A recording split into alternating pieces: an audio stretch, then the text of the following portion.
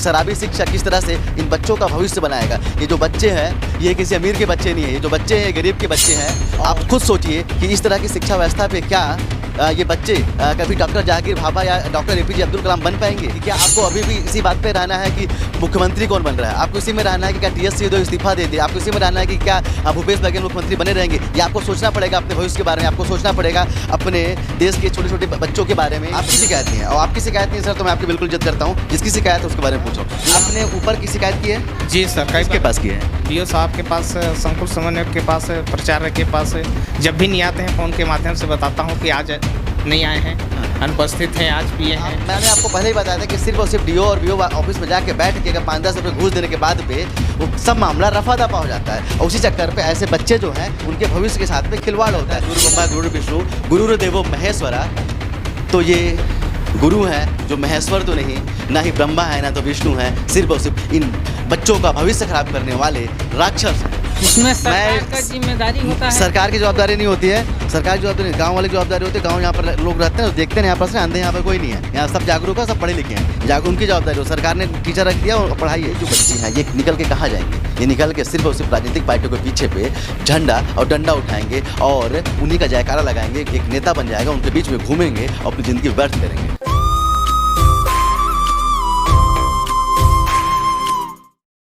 लोगों की ज़रूरत है स्वास्थ्य, लोगों की ज़रूरत है शिक्षा, और उसी शिक्षा व्यवस्था को हम दिखाने के लिए यहाँ पर आए हुए हैं। आप देख रहे होंगे ये एक प्राथमिक स्कूल है, प्राथमिक शाला अमका, और इसी स्कूल पे मैं आया हुआ हूँ क्योंकि इस स्कूल से लगातार शिकायतें आ रही थी यहाँ के टीचर्स को लेके। शिक्षक के खिलाफ में लगातार शिकायतें आ रही थी और कई लोगों का कहना भी है कि जो शिक्षक हैं वो या तो स्कूल नहीं आते हैं, और या स्कूल अगर आते हैं तो वो शिक्षक यहाँ पे शराब पी के आते हैं। तो समझिए कि एक शराबी शिक्षक किस तरह से इन बच्चों का भविष्य बनाएगा। ये जो बच्चे हैं ये किसी अमीर के बच्चे नहीं है, ये जो बच्चे हैं गरीब के बच्चे हैं।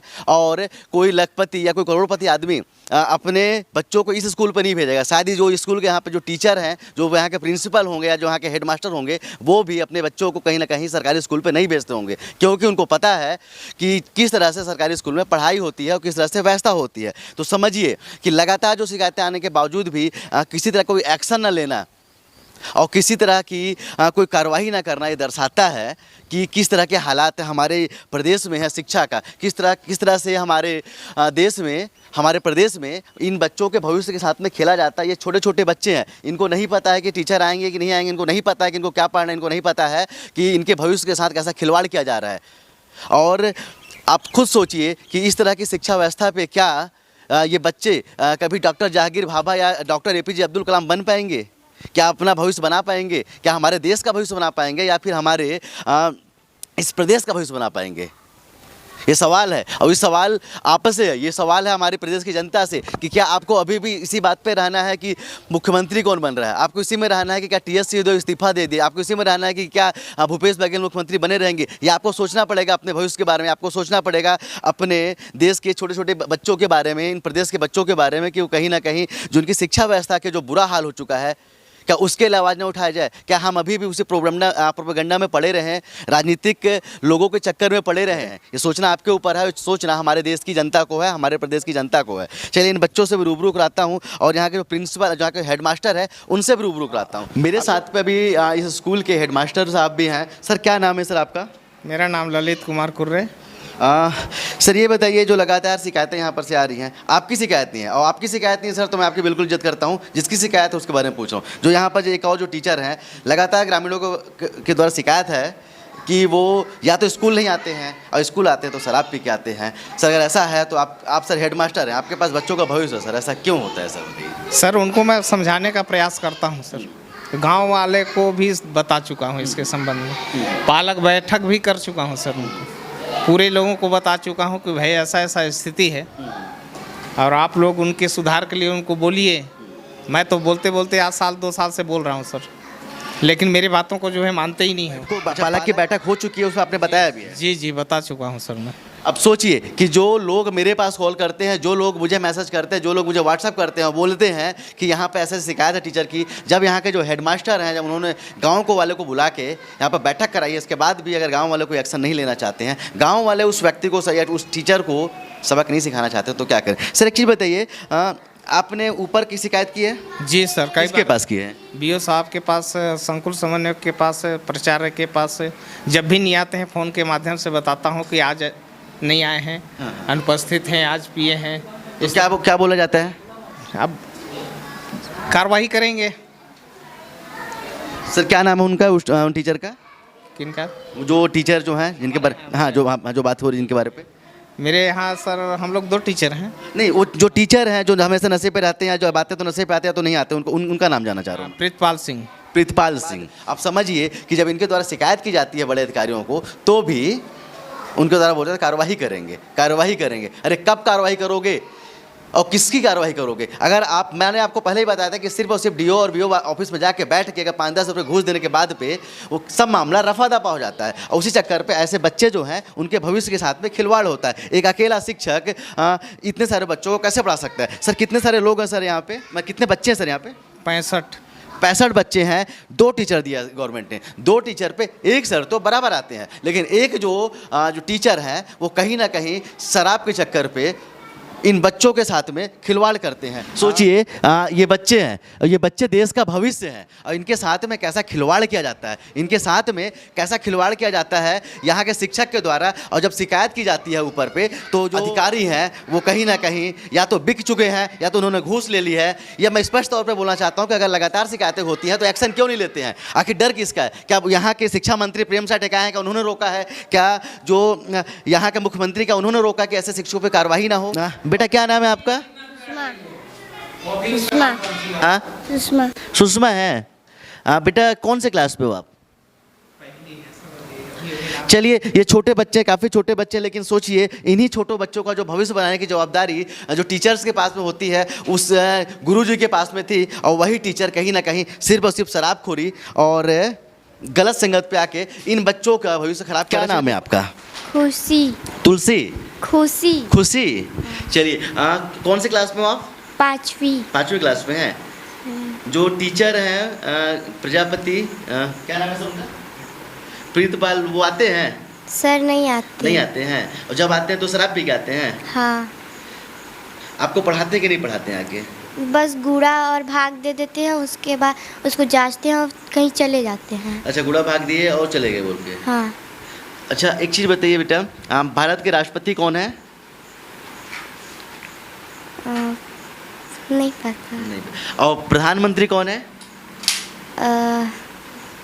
प्रधानमंत्री माननीय श्री नरेंद्र मोदी। हाँ, माननीय श्री नरेंद्र दामोदर दास मोदी। क्या नाम है बेटा आपका? विजय कुमार। कौन से क्लास पे हो आप? 5वीं क्लास में। टीचर नहीं आते हैं? नहीं। पढ़ाते भी नहीं है? नहीं पढ़ाते हैं, गुड़ा भाग देकर और जांच कर चले जाते हैं। हाँ।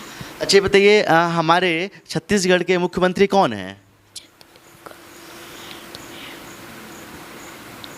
इन बच्चों को दोष कैसे दिया जाए? क्योंकि जो इनकी कमांड है, क्योंकि जो इनका जो भविष्य है वो यहाँ के शिक्षकों पर डिपेंड करता है। शिक्षक जिनको बोला जाता है गुरुर् ब्रह्मा गुरुर् विष्णु गुरुर्देवो महेश्वरा, तो ये गुरु हैं जो महेश्वर तो नहीं, ना ही ब्रह्मा है ना तो विष्णु है, सिर्फ और सिर्फ इन बच्चों का भविष्य खराब करने वाले राक्षस हैं। और निश्चित तौर पे ऐसे शिक्षकों पे कार्रवाई होनी चाहिए, और ऐसे शिक्षकों पर कार्रवाई ना करके जो हमारा सिस्टम है और जो यहाँ का प्रशासन है कहीं ना कहीं अपने आप को सिद्ध कर रहा है कि हम भी कितने करप्ट हैं और हमारा सिस्टम भी कितना करप्ट है। ये आपके बच्चे हैं, ये हमारे बच्चे हैं, इसी समाज के बच्चे हैं, ये गरीब के बच्चे हैं।